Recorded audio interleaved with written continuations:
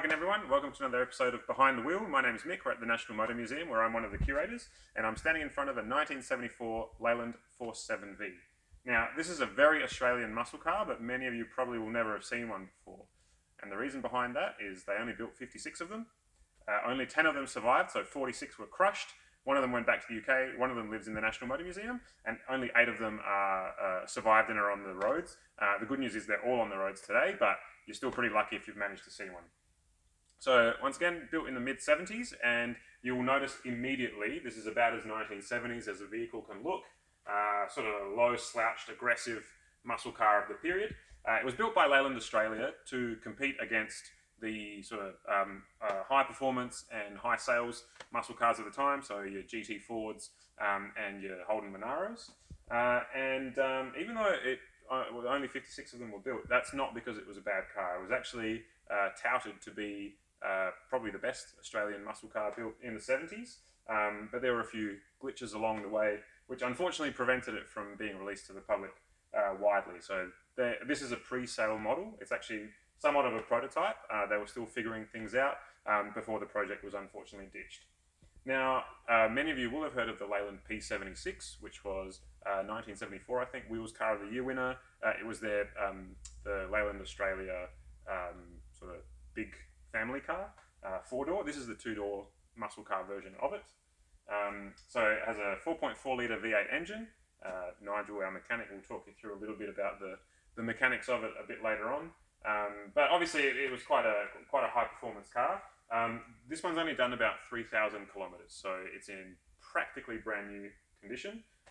Real important Australian vehicle. So ultimately the demise of the 47 was not its own performance issues or anything of the sort. It was actually that its sister model, the P76, despite winning Wheels Car of the Year award, was plagued by unreliability issues and the sales were poor, and in the end Leyland in the United Kingdom decided it was time to pull the model.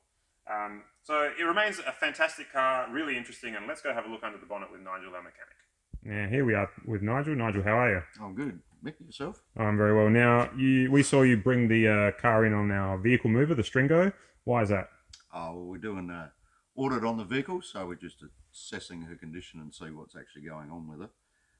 Obviously, the vehicle sat for a fair period of time, so we want to know what problems we're actually dealing when we're trying to conserve these cars. So that's why we move them around, bring them in, and do an inspection on them. Mm-hmm. Write a report so we know exactly the condition that we're dealing with and how best to conserve these vehicles. So, unfortunately, with this car, she has a few dramas that we didn't expect to find. So, unfortunately, the cooling system's been allowed to lapse a little bit. So, we've got some issues such as the water pump, which is right here. Unfortunately, it's seized up. So, we'll have to investigate a little bit further to see what's going on there.